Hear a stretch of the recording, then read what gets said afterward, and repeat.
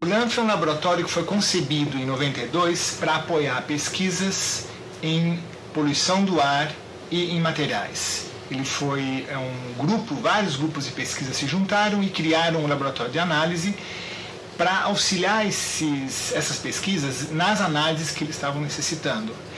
O LANF é um laboratório que é uma máquina importada, é uma máquina americana, foi importada, foi instalada no Brasil e hoje opera em padrões de qualidade compatíveis com qualquer laboratório similar no mundo.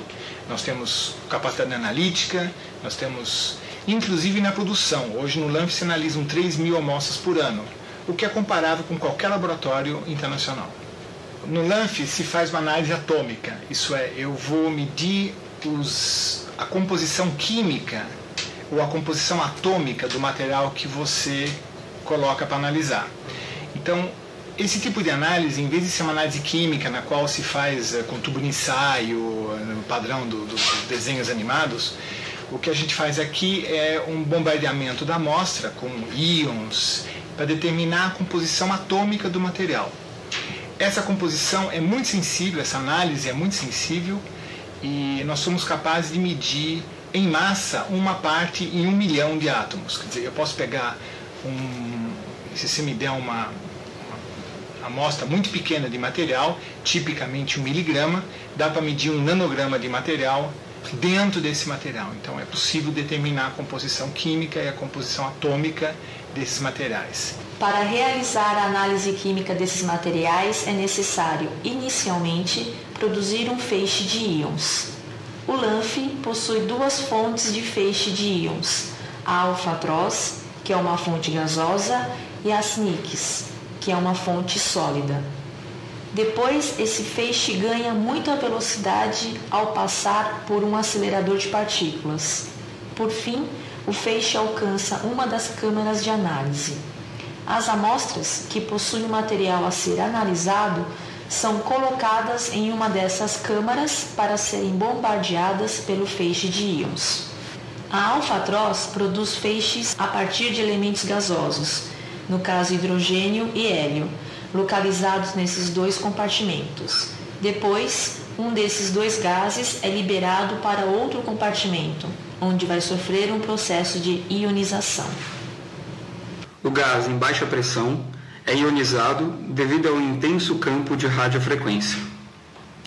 Os átomos do gás ionizado positivamente são acelerados por uma diferença de potencial em direção ao extremo do tubo, onde são extraídos através de um pequeno furo em direção a uma câmara preenchida com vapor de rubídio em baixa pressão.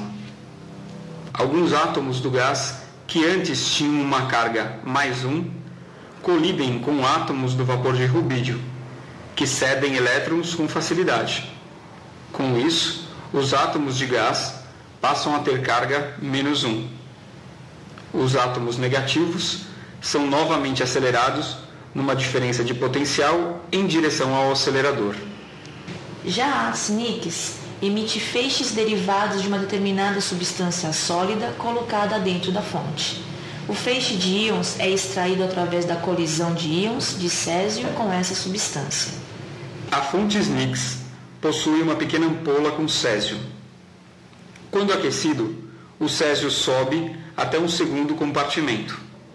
O césio, então, em estado gasoso e naturalmente ionizado, é acelerado e focalizado sobre um pequeno cilindro do tamanho de um comprimido, denominado cátodo.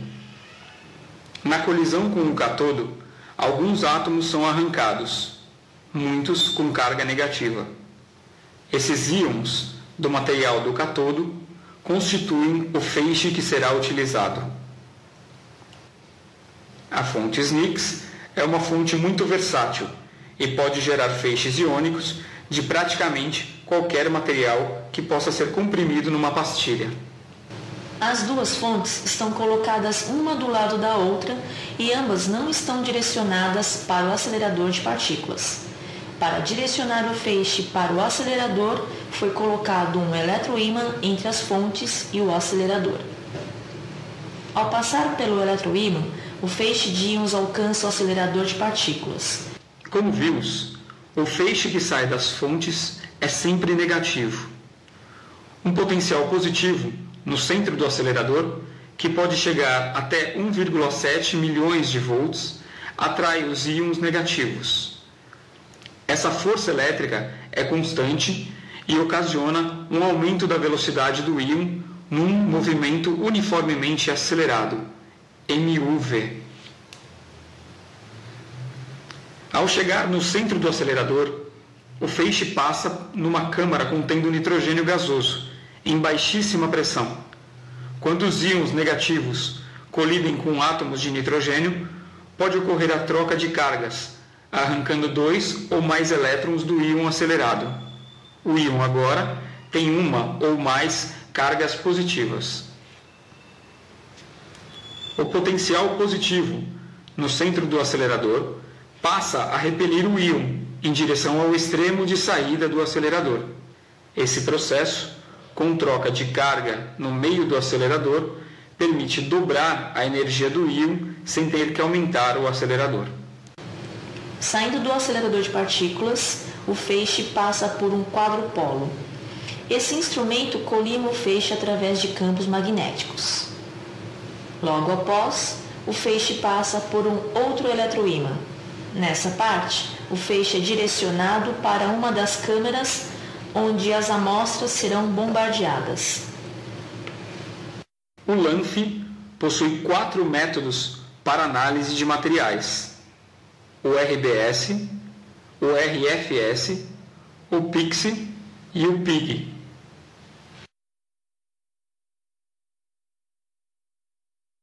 No método de análise RBS, é analisada a reflexão de partículas do feixe pela amostra. Os íons do feixe, após colidirem com átomos da amostra, são refletidos em todas as direções numa espécie de jogo de bilhar atômico. Através de detectores colocados próximos da amostra, é determinada a velocidade de cada íon refletido e, com isso, a massa do átomo com o qual colidiu. Isso permite determinar a composição elementar da amostra analisada. É como jogar uma bolinha de tênis contra um conjunto de bolas de basquete, de futebol e de vôlei. Medindo a velocidade de retorno da bola de tênis, é possível saber em qual delas a bolinha de tênis bateu. Lançando muitas bolinhas de tênis e medindo o retorno de cada uma, podemos determinar quantas bolas de cada tipo existem no conjunto.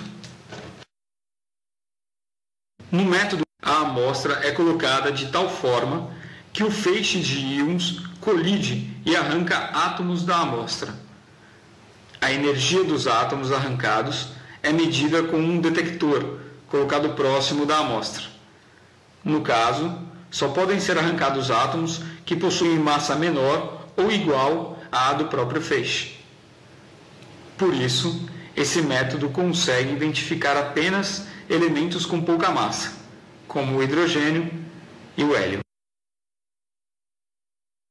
Quando íons acelerados colidem com átomos da amostra, também podem arrancar elétrons desse átomo. O átomo, assim, se torna ionizado. Este estado ionizado dura pouco tempo, da ordem de 10 elevado a menos 14 segundos. Rapidamente, um elétron do meio é atraído e ocupa a vacância criada para neutralizar o átomo ionizado. Nesse processo, pode ocorrer a emissão de luz, se preencher uma lacuna de camada periférica, ou um raio-x, no caso de preencher uma lacuna em camada K ou L. Usamos um detector de raio-x para medir a frequência e a intensidade da radiação emitida e, com isso, identificar a espécie química e sua concentração na amostra. As frequências e os comprimentos de onda dos raios-x variam com a espécie química. Isso ocorre pois as características dos raios-x dependem da energia de ligação dos elétrons com o núcleo atômico. A colisão íon-átomo pode ser tão intensa que o íon do feixe chega muito perto do núcleo atômico da amostra.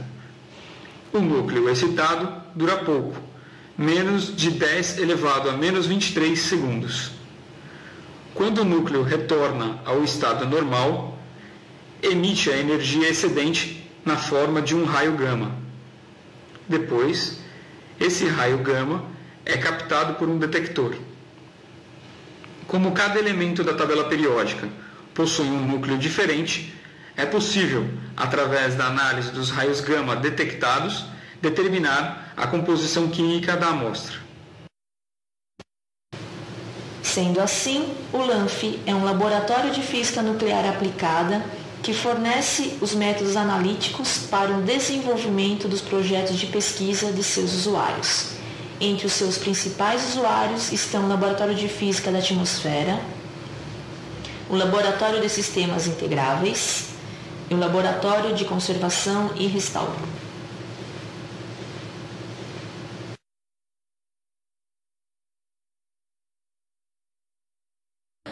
Eu sou o professor Paulo Artacho e coordeno o Laboratório de Física Atmosférica do Instituto de Física da USP.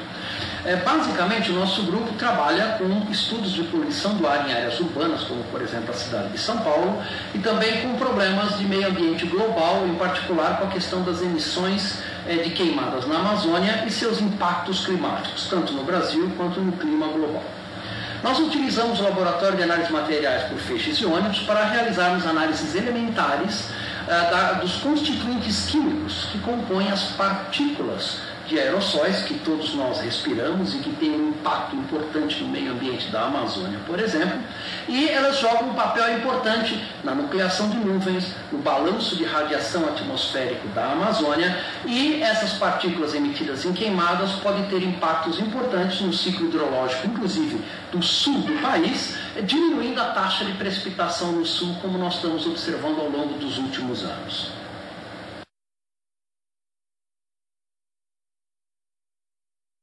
Meu nome é Nilton Ichiro Morimoto, sou coordenador da divisão de sistemas e microsistemas integrados do Laboratório de Sistemas Integráveis da Poli.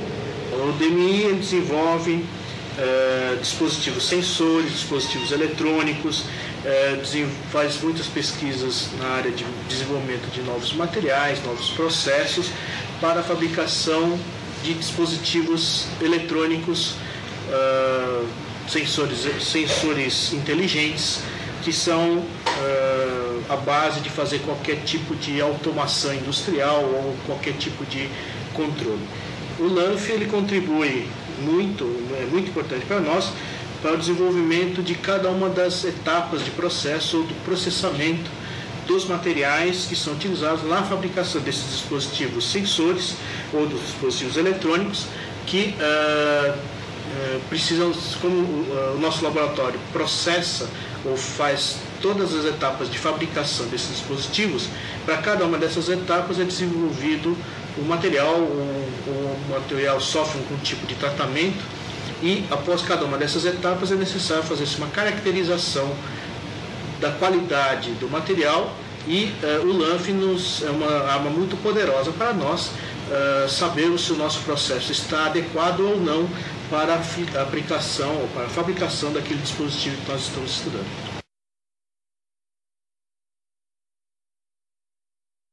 O Laboratório de Conservação e Restauro do Museu, ele é responsável pela salvaguarda do acervo, que é composto por aproximadamente 120 mil peças, de materiais muito variados, desde o material cerâmico, lítico, tem todo o acervo também de plumária, a gente tem muitos objetos também em madeira, couro, e aqui propriamente no laboratório a gente executa os trabalhos de restauração desses objetos, quando necessário. O LANF ele tem colaborado para a caracterização dos materiais e no caso desse projeto que vem sendo desenvolvido junto com o Departamento de Engenharia Química, o LANF está colaborando para a caracterização dos produtos de corrosão das peças metálicas. Esse projeto envolve uma série de profissionais, no nosso caso aqui do Laboratório de Conservação e Restauro. Essa caracterização dos materiais ela é necessária para a gente poder intervir com um tratamento adequado de restauro dessas peças. Bom, essa ponte entre MAI e o Instituto de Física vem dar uma continuidade a algo que a gente vem sempre perseguindo, né? Que é exatamente essa interação entre a arqueologia e a etnologia, no caso mais a arqueologia, na sua análise do material que é recuperado, seja em escavações, seja do próprio acervo do museu.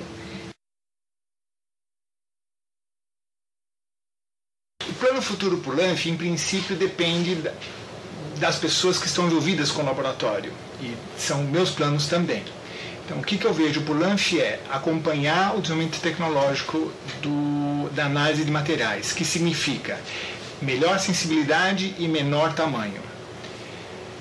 Significa que hoje, se eu meço alguma coisa tipo 1 milímetro ou meio milímetro de diâmetro nas minhas amostras, eu quero amanhã conseguir medir 1 micron, talvez alguns microns.